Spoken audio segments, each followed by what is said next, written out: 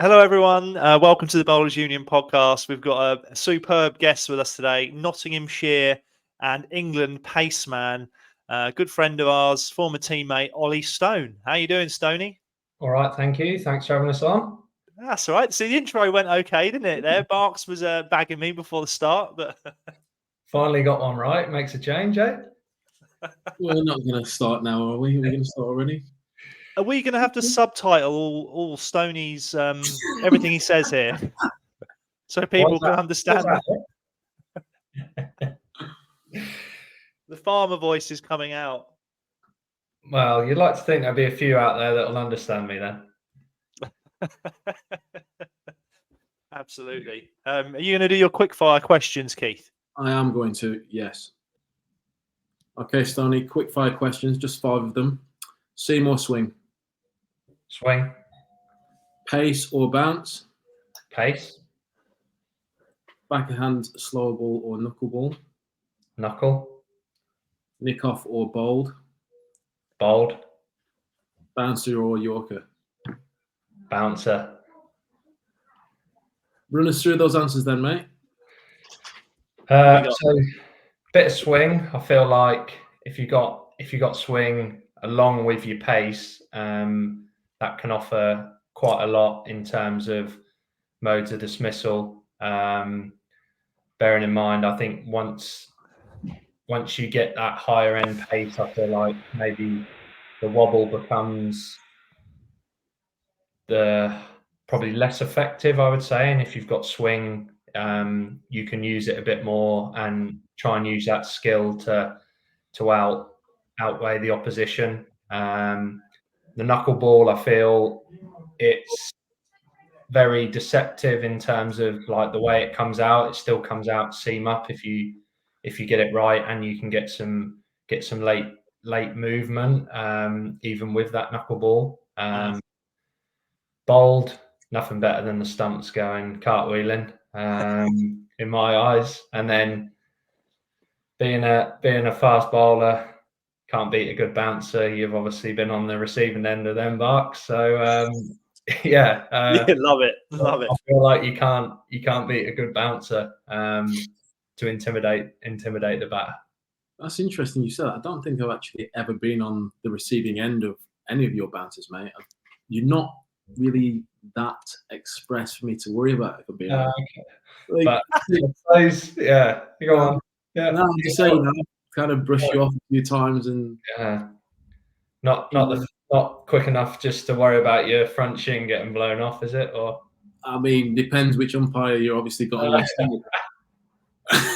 That was out. It's out. So basically, right, me and Stoney have come across each other's paths a few times. As you know, he's a very, very emotional, aggressive, angry bowler.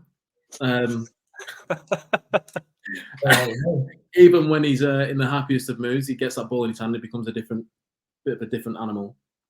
And I think he was struggling against me because at one point, I'll probably send you the shot. I've just pumped it back past him for 4. But anyway, moving on. He came round the wicket and he was coming really wide, angled quite wide, and no real shape, bar one, which he got wrong. I did explain to him afterwards what he'd done wrong there. But it's quite a direct, hit me probably on leg stump, but with the angle being so wide, definitely not out. But you know, when you've played, well, we don't know, but we're aware of when you play for England, you might get the odd decision you don't deserve. Kind of like old cricket for us, like, you know, the umpires are, well, they're county players, they'll give him. That was kind of what happened with me and Stoney. So again, we've got 2 people who got me out, and I've not got either of them out. But to be fair, right, you do hide from me, and Stoney, I've bowled on really slow wickets against him, so he's been a bit lucky. I don't think I've played against you, Stoney. Chris, hey? Some excuses. Say that again. Just excuses I'm hearing, but no, we haven't come across paths yet. I don't think so. Even when you were younger, I don't feel like in Northampton days and stuff. You did once. You did once. He didn't bowl against you. Stoney. Oh, right. We got about 500. I remember that game. That was where I think we had Warwickshire six down early maybe, and you came in, and then next thing you know, you got 100 and something, and someone else got 100, and it was like, right, we're in the field for a long time here. Just for those who are listening, when he says you, he means me, Keith, not Chris. Yeah. Oh, Yeah. steady on. Steady on. I'm the one. I don't know why you're having to go at me. It's Stoney that's ruining it. Let's make it clear. It was Keith Barker who scored the 100. You know. I haven't got a first class 100. To be fair, have you got one, Stoney, or not? Oh, no, don't. It's haunted me the last couple of nights. Getting 90 the other day. It's give me nightmares. Mate, I didn't. Why have I not? Did I not realise this happened? Go on, talk us through that. So Lancs, playing against Lancs, we were what was I, 9? So we were 7 down. And Haas was in on 140 as well, I think. And then we ended up, coming in, putting on 168 together. And I got to 90 and unfortunately fell over one. And like I said earlier, there's nothing better than your poles being blown out. My off stump went cartwheeling, unfortunately. Oh, dude. Were you nervous? Or Not were you really, aware of what you're on and that? Well, yeah, but I think I was that knackered that the nerves weren't really there. I was just worrying about not cramping in my forearm or something like that. Oh, mate, yeah. But yeah, well, one day, exactly, mate. You, I'm sure you've had some really good moments in your career. Test debut in 2019, I've got here. But surely your crowning achievement has got to be batting at 8 in a Test match. You batted 8 against New Zealand. Yeah, I mean, I lined them up all right there as well, to be fair. But yeah, no, it's. I mean, I said in the car actually 2 days before this 90 that before I retire, the last thing I want to tick off is a first class 100. Got so close, but never mind. Was it? It looks like a cultured innings based on. I've just checked my phone there. 90 off 156 balls. So you just accumulated, did you? No, it was 15 fours. Don't forget those. I know, but I'm talking strike rate wise. It's not like a runnable slog. You've occupied the crease kind of thing. Yeah, you know me, Wrighty. I'm not a slogger. I've got no slogging in me, unfortunately. So yeah, just caressed it to the boundary a few times, and Barks will be on the receiving end of that on Friday. I bet 10 out of those 15 the boundaries that went for 4 were nicked past slip for 4. There wasn't any actually. No slips with it, huh? Well, Stoney, I want to just move on and talk to you, or ask you a few questions, just about how you started out with your journey in cricket. Were you always someone that bowled seam to start with, or did you do what some others did, a bit of spin, and then realise that you were crap at it and opted for something else? No, I was always a seam bowler. From ever since I started, when my brother helped teach me how to bowl down the side of our house. I think when I was about 7, maybe. And then just always was a bowler who could bat a little bit. And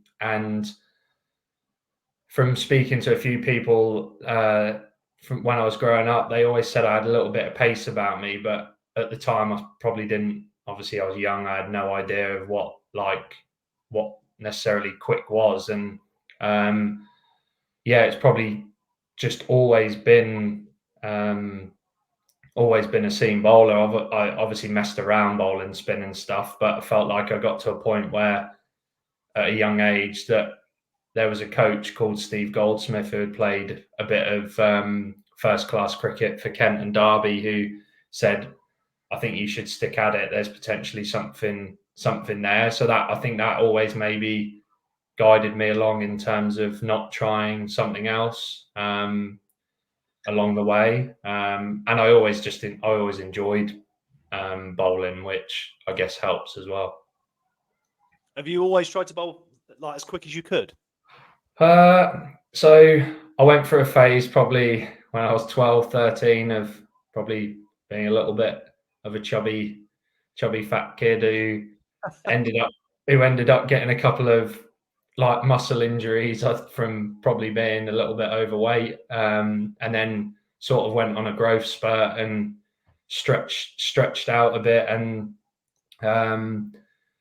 there was a point when I first made my debut for Northampton that I was worried about getting dropped, so I tried to like rein my pace in and like just try and be economical, because I was worried that if I got whacked around that I wouldn't be in the side next week and bits like that. So I went through a phase of that, but then wasn't getting picked anyway. And I was like, well, what on earth am I doing? Like, I've got the potential to bowl fast.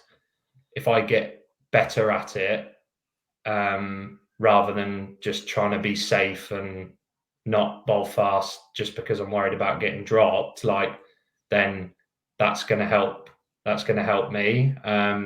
So yeah, I think it was my first year on the staff at Northampton. So I was a little bit like, yeah, well, I'm just going to run in, hit a line in length, and I didn't really do much. It was sort of a pretty turgid year, and by the end of it I ran in and tried to bowl fast, and it didn't go to plan. But then I was like, right, well, I need to sort this out next year to become a better bowler.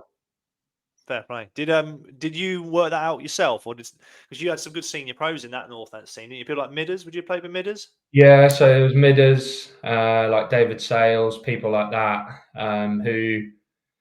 No, it was more on me in terms of I felt like I got to a point where I said to the coach at the time, who was Phil Rowe, I just sort of said, like, I want to bowl quicker. I don't really know how to go about it, sort of thing. And he had done some work on my action previously, when I had a stress fracture.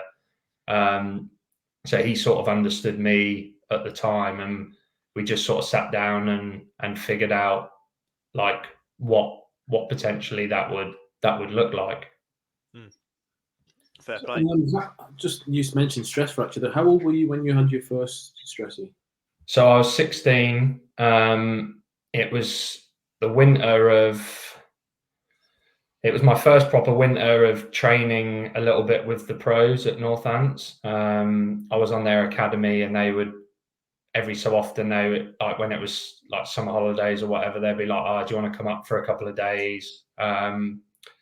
No, sorry, ignore that. It was in the winter. And they were like, "Do you want to come up for a couple of days?" And like be around, train. So put me up in a hotel, and I'd come and bowl. And basically I bowled a lot indoors, with quite a big lateral flex. So like obviously a big lean. I used to bowl like innies. And basically I got to a point where, I bowled too much with not a safe action, should we say, if there's such a thing as a safe action. I don't know, but like trying to, so that happened. And then literally first game in the summer, I felt like someone was stabbing me in the back, and went for a scan, and unfortunately, I had my stress fracture, which wiped me out of that summer. So 16 was the first of many.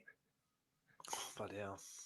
Yeah. How did you find that then, the recovery side of it? And obviously you're still young, but how long was the period that you were out for?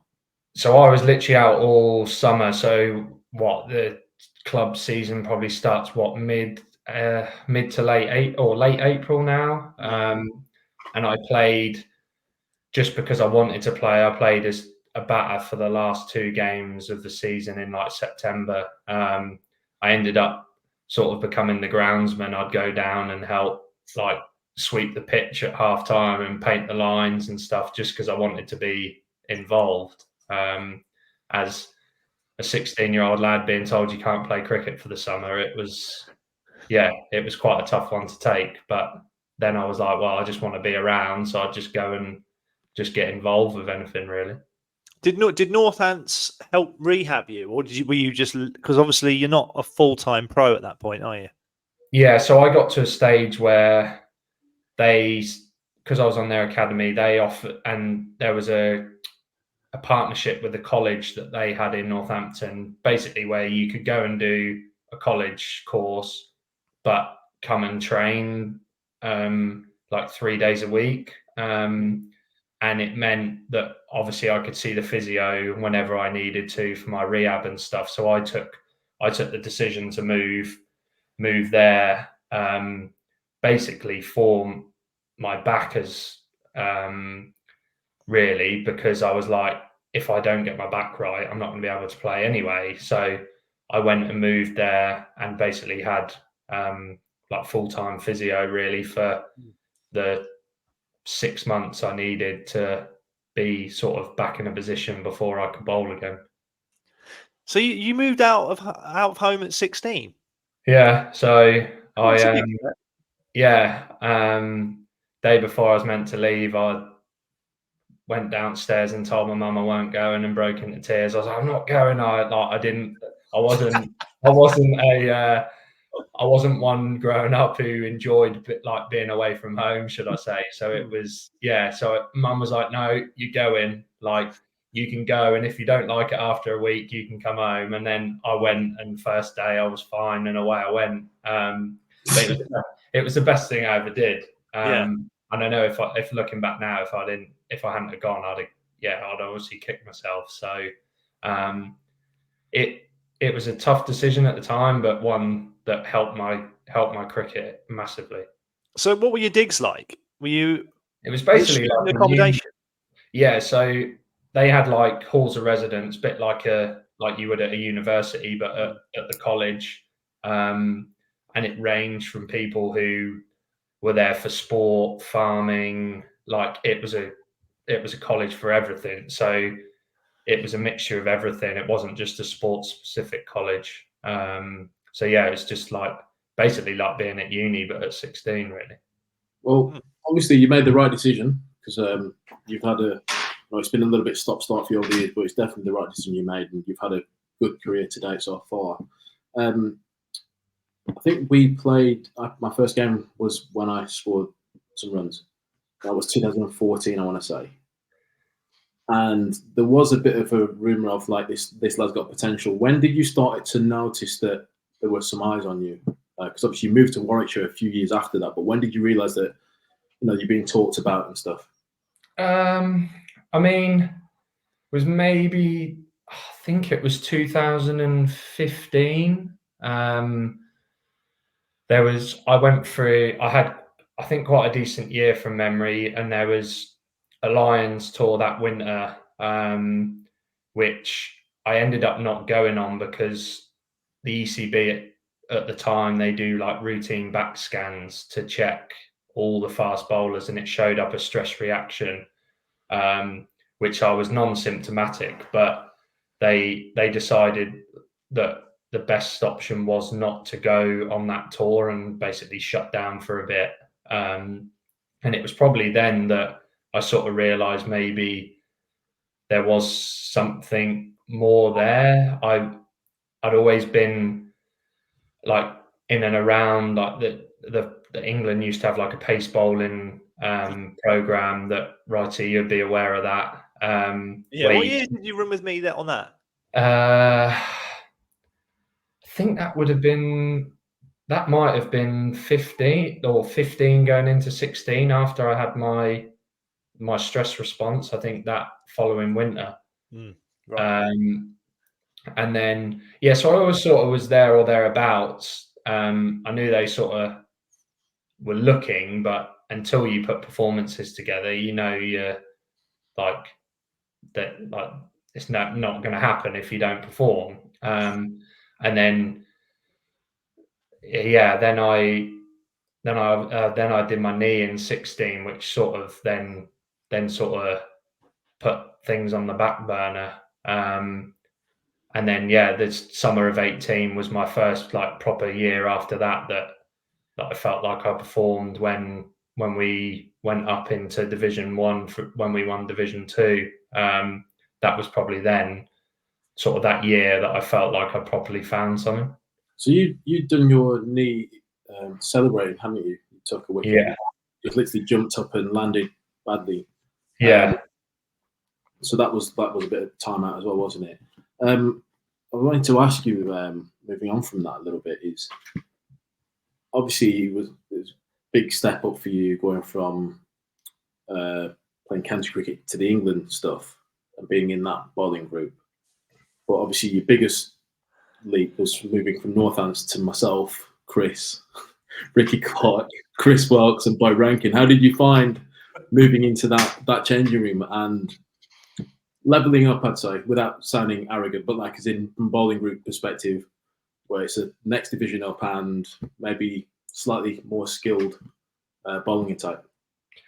Yeah, I mean, it was daunting. Obviously, Warwickshire being a big club and the history and everything that is obviously there. It was nerve wracking, but it was sort of a point in my career where I felt like if I wanted to try and make it to the next step, that I needed to go and try and upskill a bit more, and also have an attack where if I was getting tired, I don't need to play every game as such. Northants were brilliant in terms of getting me to where I was in my career and also where I've got to. But for me, it was just the right time to move on, and like you say, be around people who have won championships, who know what it's like to play international cricket, and like just try and bounce off each other and learn like different skills. And to be fair, I'm not just saying it because I'm sat on here with you two, but the way you two made me feel in the dressing room actually helped me fit in like quite easy, and felt like I could ask relevant questions rather than sitting there being like, well, I can't ask these two anything because they're not going to give me anything. Do you know what I mean? I've been in dressing rooms before where I felt like I'm not going to talk unless I'm spoken to, because you feel like, I don't know, I just didn't feel like sometimes, not that I didn't belong, but there was still a bit of maybe old school in the dressing rooms. Not saying it's a bad thing, but it was just the way it was. Well, I think that's the thing, is when you have someone else come into genuine, you want to make them feel comfortable. And right, I'd say once we addressed the elephant in the room that Stoney just needed to brush his teeth in the morning. Nice. Everything got on pretty sweet after that. Nah, I'm a joke. His breath doesn't smell too bad, to be honest.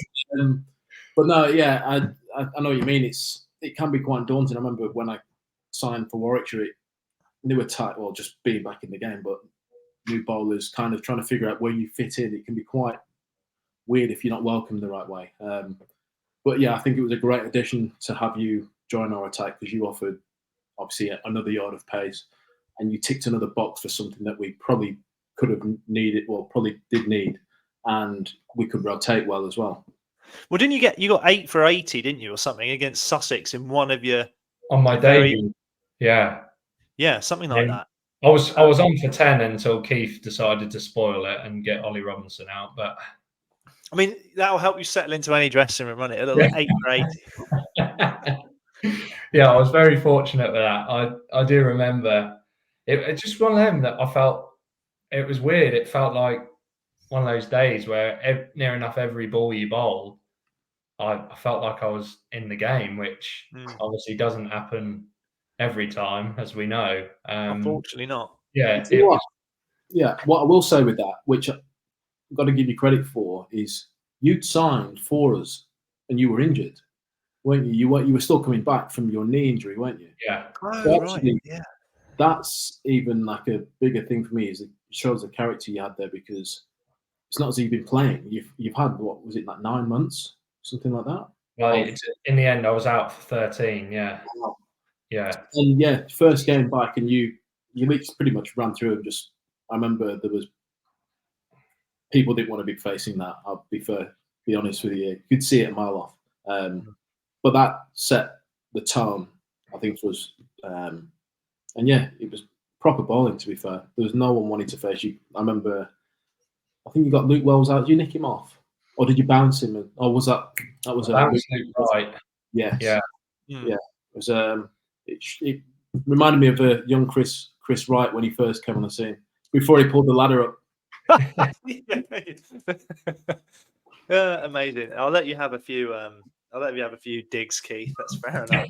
Oh, I can remember. I can actually really picture that game because I've got a feeling it was quite a flat pitch, wasn't it? And I think you were probably the only bowler in the whole game that got much out of it. I'm pretty sure it was a draw.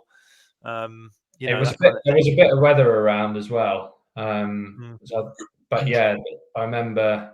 Yeah, it being wet, but it's a typical probably Warwickshire pitch at the moment, isn't it? It's just a solid cricket wicket. Don't be nice. Just say what it was. It was not. There's no carry. Gaz produced some very flat, hard-working wickets for bowlers, but we did well at the time. What year was that, by the way? That you played? That's 18. I checked before the podcast. Yeah. Right. Okay. I do remember that specifically because we done everything we needed to do start the season, pre-season, and then Jeets was captain. He went, "We're going to go with 3 seamers." That's no. I think we'll be struggling to get through a whole game. We're not ready for that. And I think I did my hammy. I think one of you two almost didn't play the next game because one of you was battling a little bit. I can't remember. Me. Might have, yeah. And I was out for 7 weeks, something like that. Pretty annoying. I think with it's not off topic as you just mentioned it. I think county cricket, the nature of it and how long it is and the hard work, it's tough to play 3 seamers. Do you know what I mean? I think having 3 out-and-out seamers, perhaps a bowling all-rounder and a spinner is the model that works. So that's what we go with here. In terms of 3 out-and-out seamers, you've got Lyndon James, who is becoming a very good 4th seamer, and then you've got your spinner. I think it's always a joke, isn't it? Every day's a bowling day in county cricket, but unfortunately it is. So I feel like if you do play 3 seamers, those 3 then can't play the next game just with the way the schedule is, unfortunately. But I'm with you do need 4 people that can bowl seam. The schedule is an interesting one. Obviously, it's been coming up a lot, hasn't it, with the PCA recently, and talking about reducing the overall amount of cricket. I'm not saying I'm for this or not for it or anything like that, but isn't there a really obvious solution of going with three divisions, 3 divisions of 6, where you basically play each team home and away, and then you play 10 first-class games? Was that too obvious for people to think of, or would there be loads of pushback? I don't know. I mean, I think obviously we did it during COVID, didn't we? Where we had 3 divisions, and then the top 2 go into a final playoff group if they want to go that way. I think some people just said on that, if you weren't in the top group, you're then not playing for anything. So as long as it was maybe 3 divisions where if you were in the bottom division but you finished top, you could then get promoted. Absolutely. You know what I mean? So they're actually, rather than just people playing cricket for the sake of playing, there's something on it. We also mentioned about playing a few less T20 games. They're probably what brings the county the money in, but also the traditionalists, and I still love 4-day cricket, want to see 4-day cricket. Can you trim a bit off from everything? And also, can you play lots of teams go away on pre-season? Can you do something on pre-season that contributes towards the county season? That would make a huge difference, I think, to actually you're almost just extending the season a fraction. Let's say if you extend it by 3 weeks, where teams play 2 out of those 3 weeks, just to get the extra games, and I think that would make a difference. To be fair, I mean, it's not unsolvable, is it? No, but I feel like you'll always have your people who want to see more of one than the other, or vice versa. Yeah, and unfortunately, because there has to get voted in, a lot of the time you'll never get a majority vote. I think that's going to be the issue, which is why it needs to be out of people's hands as such.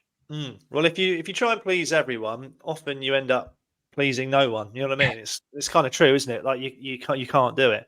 But I'd love to talk to you now in terms of then moving about pace, right? Because obviously you're a pacey guy, regularly in excess of 90 mile an hour.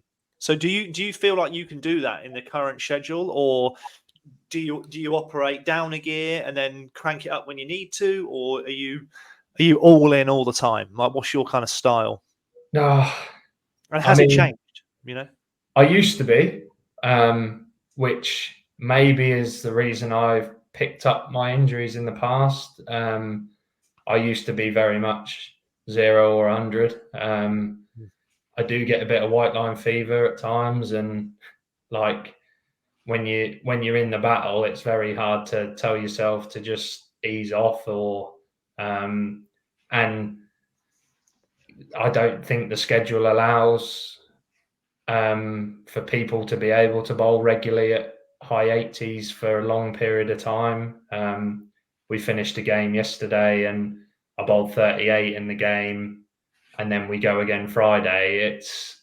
And if I have to go that same number again, you have to have a rest somewhere.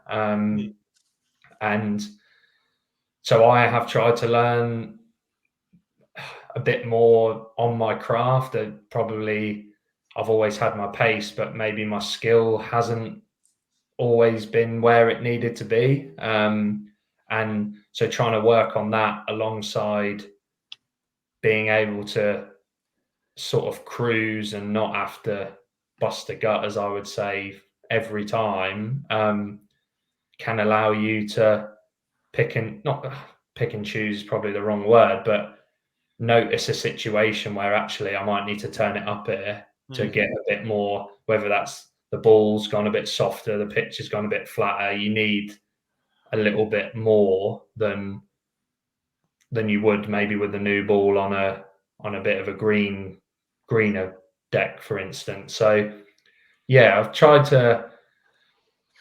to become better at going through the gears in recent times, and also just because I feel like I can become a better bowler for it. And also on a wet one in April, you probably don't need to be running in and trying to bowl 100 miles an hour. Like if you're a bit more consistent at top of the stumps with, say, 85 miles an hour, then that's probably going to be more effective as well. So it's like trying to assess conditions and situations and that more than just being that hothead who runs in and tries to knock Barks' head off. Still yet to do. But anyway, how I want just on that, because obviously you have got pace and you've had pace your whole professional career. How have you found it when almost you're coming against any opposition and your team are expecting you to just run in and bowl rockets from ball one every ball throughout the whole day, the whole game? I mean, I think people, the way I've sort of, because there's been times where I've felt like in teams I always call it like, I feel like I'm the battering ram, like, come on, like run in, let them have it sort of thing. And I've always known deep down that I'm a better bowler than that. And it's like trying to be a bit more, I don't know what's the word, bit more, not stubborn,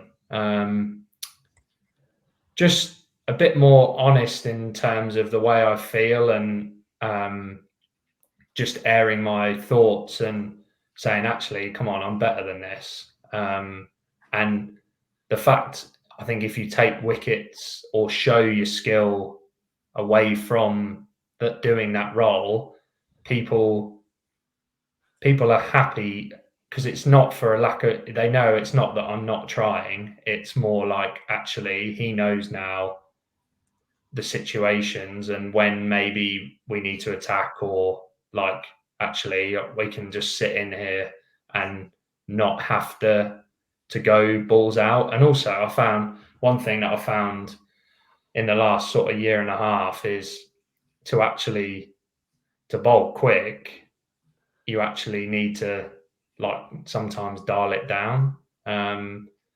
Like I've always found the quicker you try and bowl, the slower it is. And some of my quicker spells have felt actually when I've not been trying, as weirdly as that sounds. And yeah, just trying to find that happy medium of like getting in a position where like I'm trying enough to get into that position to be able to bowl fast, rather than trying to bowl a million miles an hour and it comes out at 70. Like, do you know what I mean? Yeah, this is I feel I completely agree. These are thoughts I have in my head. I'm glad we've gone down this route, because it's almost like you've got to stay in control, haven't you? To be good, that's the way I look at it. So you want to be quick, but to be good and have movement and zip on it, you can't just hoss it, because quite often you lose your shape and your wrist and all of these things. I think that's one of these big things that perhaps gets lost in coaching. Is it's almost like in the gym, lifting weights, like technical failure, isn't it? You don't want to miss a rep because you're nowhere near. It's knowing the kind of, I don't know if I'm explaining this right, but there's a sweet spot where you can bowl quick with control, and finding that's key, rather than just trying to, like you say, blast it down all the time. Yeah, I mean, that's a bit like a lot of the time if I feel like I always, the way I describe it is when I feel tense, like it just doesn't flow. And they're the sort of like words that I use like when I'm playing, to even when I am seeing a bit of red mist, is how do I see that red mist but not tense up and go, right, I'm coming for you here, sort of thing. Like it's like trying to use it in the right way, because you see red mist and you bowl 4 overs for 40, you ain't doing your job. Do you know what I mean? So it's like trying to find that sweet spot of like running in hard enough, but like you say, being relaxed and that to be able to bowl.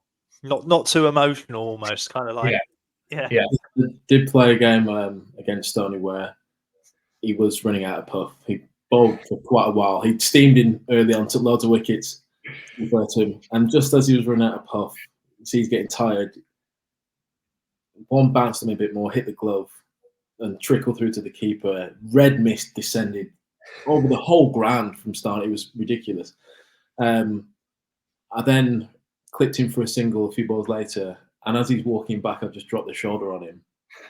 And you know what? It's almost like, you know, if you were doing like a long distance run and you've gone, you're nothing in you, but then something makes you angry. You try even hard to catch that person. Let's say it was like that effort from that. I'm gonna get riled up, and it's like there's nothing left in the tank. Off he comes, next bowler on. I was like, yeah, I'll take that battle. I'll take that little win there. Love it. Point proven. You know what I do want to add here, because I think this is important, is I feel like you've earned the right to go through the process that you're talking about, and you would much rather have someone that over tries than under tries. In my opinion, if I'm picking one or the other, I'm like, I want the trier all day. Because also you can coach that other side into him. I feel like as a bowler, if you don't want to try, or as a seam bowler especially, if you don't want to try, then you're in the wrong job. Like 100%. There's days where it's not ideal, but you have to keep going, and you need that character in someone. And it's I feel like you can train the other side of it in them, whereas the other way around, if you've got someone who's lazy and don't want it, you very rarely get them to buy in and up their effort. Well, you know what? Fair enough with that. We had a like a bowling unit chat last pre-season in Spain, and Kyle Abbott was talking about it, and really true for us as a bowling unit is he just said, I know some lads' skills aren't where they want them to be, but no one will ever get crapped on for giving their all and it going wrong. But it's when you can see you're not giving it everything you've got for whatever your reasons, that's when people will come down on you. And you do want those lads that are going to give everything they've got every ball, obviously in a controlled manner, not like Stoney 6-7 years ago where it's just red to a ball, but staying focused and zoned in on what they're trying to do. Yeah, that is the thing. Like, whether you're Jimmy Anderson or someone playing club cricket, you're going to have good days and bad days. Like, it's just the nature of it. But like you say, as long as you know people are doing the work and buying into it, you can't have any issues. Like, yes, you're not going to be great all the time, but yeah, that's what. Yeah, I'm with you. As long as you know people are putting in the effort and at least trying to be that guy who does it, like, that's fine. I'm completely with you there. Do you? I mean, I'm sure you will, but sometimes you can bat against bowlers, and you can feel that they're not.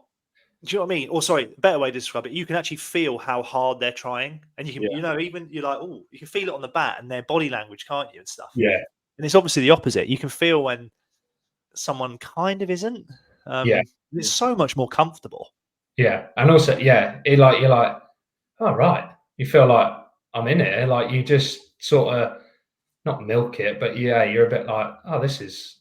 But like you say, when someone is on it, I don't know, it's weird. You can't, like you say, you can't describe it, but it's just there. You're like, right, I need to switch on it. It's not even. I'm not even just talking pace. It's just, but like, no, just in general. Yeah. Yeah. Oh, love it. Get me fired up. I tell you what, Barks isn't going to enjoy facing you, is he, next week? That's the vibe I'm getting. I love facing Stoney. Love it, mate. And you know what? That game when he was steaming in, when he saw red mist, I deliberately made a conscious effort to be like a good foot outside my crease. Like, I just want him to get more angry. Like, running quicker. Come on, get more angry. It's all. You know that doesn't work. So this week, different game. My favourite thing is to try and have a beef in my head with the batter that they can't see. So they don't know there's beef, but there is really. Hang on. You are pretty much somehow like you're an assassin with how you think about things. Yeah, you don't have beef. You just cause a scene in your head with every batsman you come across where they just don't know you're actually trying to kill them. Let's not get away from that. Yeah, I love it.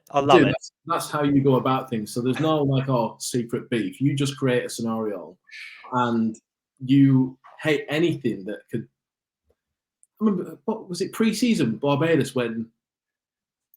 Was it Bates for Hampshire or Best? What happened there? Because you were so over the top. You sprayed him.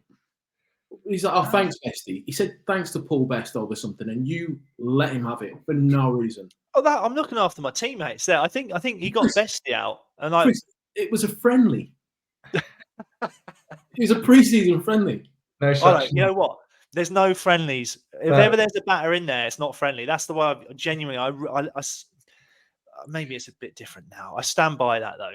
Anytime there's a batter there, it's you or the batter, isn't it? One of you is going to look like a mug. Yeah, and you don't want it to be you. I still remember Jonathan Trott on the Colts ground hit you over your head into the roof of the net. Oh. And Stanley, I don't know if you remember, but Wrighty held that against Trotty. Bear in mind, he bowled at him for a good 5 or 6 months. Didn't ever bowl one short, but just kind of made Trotty forget about what had happened because Wrighty was fuming. Left it 6 months, and then literally the biggest surprise of the sharpest bumper on him. And I could see it in his eyes when he was going to do it. This is coming, it's coming. He holds grudges for no reason. Yeah, it's part of the fun. Well, I've always said to people, if you get a bouncer off me in the nets, then you've annoyed me. You've done something wrong. Brilliant. If not, you just keep it pitched up. But if there's a reason for them to have it, Do you know what? Right, I remember on Edgbaston we had an outdoor net. We were netting on the square, and Wrighty was pitching it up as normal, and he's kind of had this deal with me, like, I won't bounce you in nets and you don't bounce me. I've just stayed on the front foot, hit him for a few drives. Next thing, I'll bounce her. What's under it? And I went, right, what's that about? He's like, oh, sorry, just sorry, mate. So I just want to transition back onto the actual bowling stuff. So obviously you had a nice step up going from Northampton to Warwickshire. How did you feel when you then came into the England setup and were actually playing test matches and stuff like that? How did that feel? It felt like a little bit like when I moved from Northampton to Warwickshire. There's obviously the calibre of people you're coming up against and sharing the dressing room with. It was very nerve-wracking, and also I realised that there was quite a big jump in intensity. And also maybe from me being new in that environment, I felt like every training session I needed to show why I was there. So I would bowl at 100 miles an hour every session, because I felt like if I didn't, I would get whacked or I wouldn't be on it, and therefore I wouldn't get picked. So I felt like the intensity in that of everything went through the roof, and which was maybe then why I picked up a stress fracture after. So I went to Sri Lanka on my debut tour, and then was picked in the West Indies stuff after Christmas. And then the first training session when I got to the West Indies, felt like someone was stabbing me in the back when I was bowling, and unfortunately had a stress fracture again. But yeah, I would say it was a massive jump again in terms of intensity. Mainly, whether that was me putting that on myself or just in general, I feel like it is a general thing. You're playing against the best players in the world, and if you're not on it, you're going to get whacked. The pitches are better, just everything is better. But also at the same time, it made me a much better cricketer, because you were training with the best all the time, and if you didn't take a step forward, you would get left behind. So it made me a better cricketer at the time, but also it was a big shock to the system. To be fair, your debut, your attack was you, Wokesy, Broad, Curran, and Leach. It's a nice attack. That it's well balanced, isn't it? It's a good attack. Yeah, I do. Yeah, I remember second innings, Broady and Wokesy opened the bowling, and Wrighty was like, "Yeah, get loose, mate," and they just kept taking poles and poles and poles, and ended up not having to bowl. It was brilliant. Amazing. Who? What was it like? Did you play with Anderson? Yeah, so I played. So you played Anderson and Broad. You've played with now. I want to know what they're like in terms of as operators. How do you find them? They're just very methodical and precise, and there's no sort of waste, if you know what I mean. The way they go about it.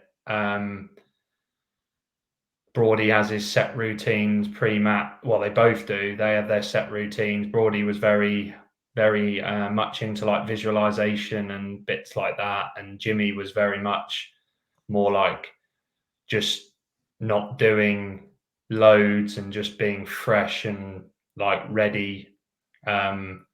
He knew what work he'd put in the past, has got into a point where he just needed to make sure everything was ticking over nicely for him to go out there and perform. And very different characters probably on the field at times. Like Jimmy very much gets like in the moment and fired up and stuff, whereas Broady can be sort of relaxed but then once he gets the ball in his hand, he again is probably a bit like a silent assassin.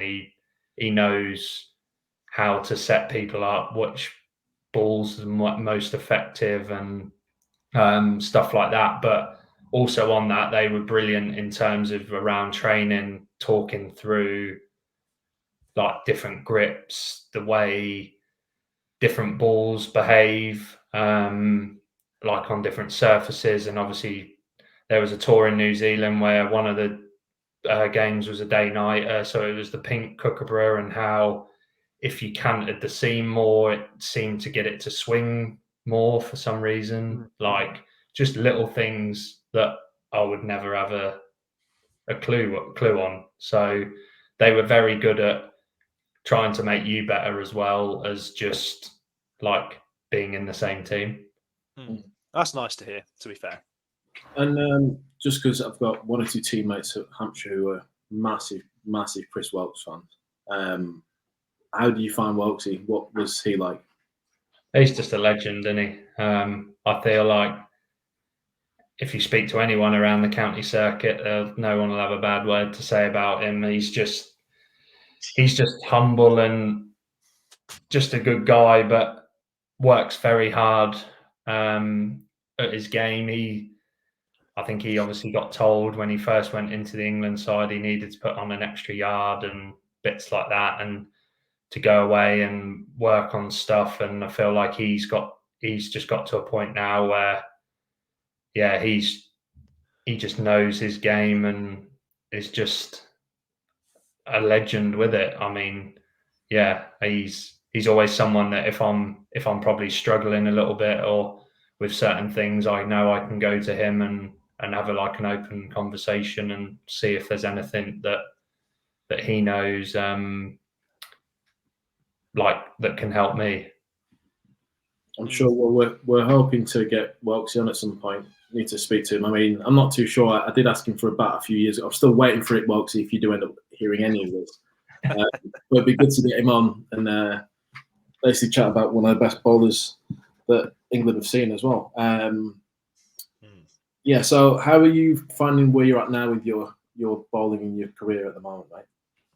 I feel in a really good place. Obviously, it was a difficult decision at the time to leave Warwickshire through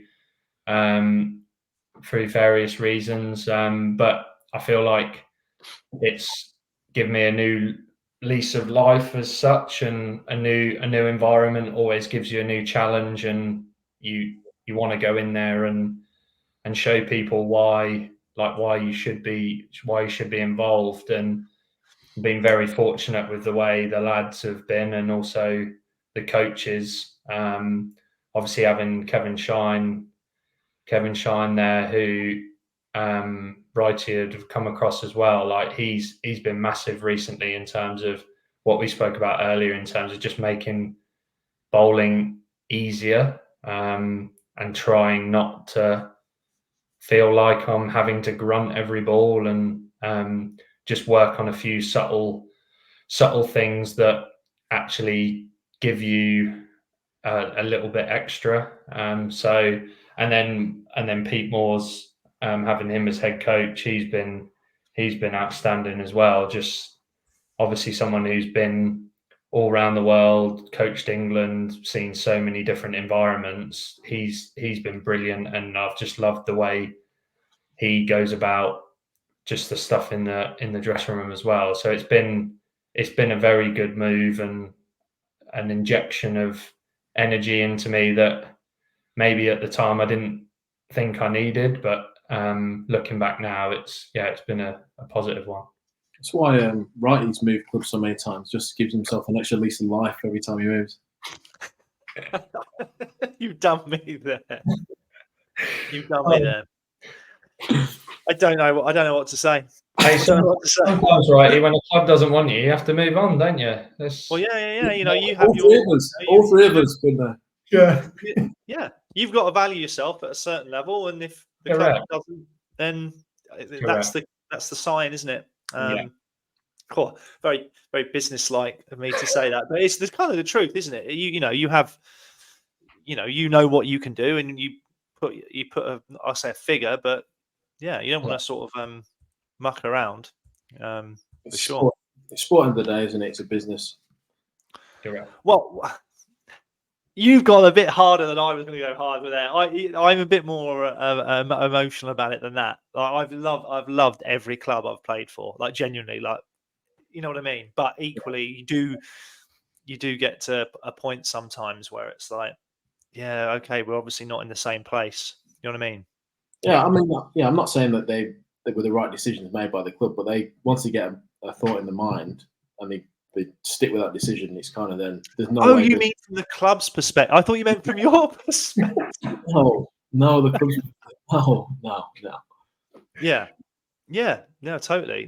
They're gonna have, and that's sometimes the way it goes. I mean, I'd love to have been a one club man, like a Steven Gerrard of cricket. That'd been mint. But also, I honestly don't think that happens in sport nowadays. I feel like it was more common. I say back in the day, I'm talking like I'm old, but I feel like a few years ago it was more of a thing. But now, like you say, it's more of a run like a business, and if you don't perform or they don't value you anymore, then you have to change it up, don't you? Yeah. I have to say, actually, credit to Leicestershire at the minute. In terms of me personally, they've been unbelievable and fair with all my contract negotiations, and since I've joined, I couldn't ask for more, really. But this is taking a different turn, hasn't it? I didn't expect this. I'm trying to think if we've got any more questions for you. I was definitely going to ask you about Kevin Shine. Because he's a top fella, isn't he? I had a random message the other day, actually, from someone who's been doing a bit of training, I think, with Notts, and he was like, "How good's Kevin Shine?" He was like, really, he was buzzing off him. He was like, "He's literally taught me this delivery already. He's mint." You know, when you're like, "Yeah, to be fair, yeah, he is." He was with England for a long time, wasn't he? Yeah, I think 14 years, maybe something like that. It was a hefty chunk of time, and also he'll say himself, and he's said it to me, that he's had to change a lot since when he was involved in the England stuff, and he goes for the better. And obviously, from working with him a few years ago to now, you see the difference. And I guess when you're head of England fast bowling, you're under pressure to produce certain types of bowlers, and rather than maybe trying to work with what attributes someone's got. And I feel like now the way he is as a coach, he's been brilliant, and actually one of the reasons why I think Dylan Pennington signed, it was a big draw for me in terms of signing there, and just the way he is as a coach is for a fast bowler, I think is invaluable. You know, Barks, with Pop, and we've all worked with Pop, if you've got a great fast bowling coach, it makes things so much easier. Yeah, completely agree. And let's be honest, he's got a lot of knowledge from a lot of good bowlers, Shine, hasn't he, over the years? So to be able to pass that on now into the county game, perhaps a bit more directly, specifically with Notts, it's a huge coup. Is he one of your neighbours as well? I know you like to live near the coaches and stuff. No, he's not. He's out in the sticks, and I don't like to live near the coaches. I like to live near the director of cricket. Yeah, absolutely. I love it. Yeah, no, you got to know where your bread's buttered, didn't you? Yeah. Morning, Mick. Morning. Flat white, is it? Brilliant. Oh, dearie me. Right. How we doing, gents? You got any more questions, Keith? I've got none for Stoney. I want to give him an early congratulations. Getting him, well, he's engaged and he's going to be getting married towards the end of this year. Right, did you get your invite, mate? Wait, if you message him, you don't hear from him anyway. That's true. Who, me? Yeah. That's very true. Have you been messaging me? Have you been messaging me then? No, but see, you know it's true. You haven't been messaging me, have you? No. There you go. It's a bit of a shame. Bit of a shame, you know. I thought we were like a bit of a duo back in the day, but I was obviously wrong. Oh, you don't invite me to Aroma anymore. No, how good's Aroma? I will say, sorry, Stoney, we forgot, right? He did invite us around for that poker night, which was, I reckon it was, what, maybe 8 years ago now. It's still, I think you're almost ready for it, aren't you? Oh dear, we'll have a poker night at this house. That's what I'll do. Cool. And old school. It'll be the original poker night crew, and we should probably have a reunion at Aroma as well when we get randomly if we get a chance. Yeah. And just send it at a curry house. That'd be brilliant. Or Barks might need somewhere with milkshakes, you know. I've cut down on them now. So good. Amazing. Right. Okay. All right. Well, in that case, Keith, should we wrap it up? Yes, mate. Stoney, it's been great having you on. Yeah, man. Thanks for having us. I'll one really good thing I forgot to mention actually. Stoney, I know he's obviously got a wedding to pay for and whatever else, but one real good thing about Stoney, and he's such a good mate, is every time I go knots away, he always takes me out for food and pays for it, don't you, Stoney? Well, yeah, you forced me into it. I have no choice. So I can't wait for him to take me out and pay for a meal again this time because he's such a great bloke. I love it. Right. Just a quick one. This episode is brought to you by Gray Nichols, who kindly sponsor the show. You can get a discount code at graynichols.co.uk, and the code is A_TBUP20. That's all capitals, and that's graynichols.co.uk. So if you want to grab yourself a discount, courtesy of us, that's where you go. And yeah, I'll play the outro. Brilliant guest, Stoney. Absolute pleasure, mate. And I wish you all the best bowling at Keith in this coming week. You're going to need every last bit of luck you've got, mate. Take it easy. Right.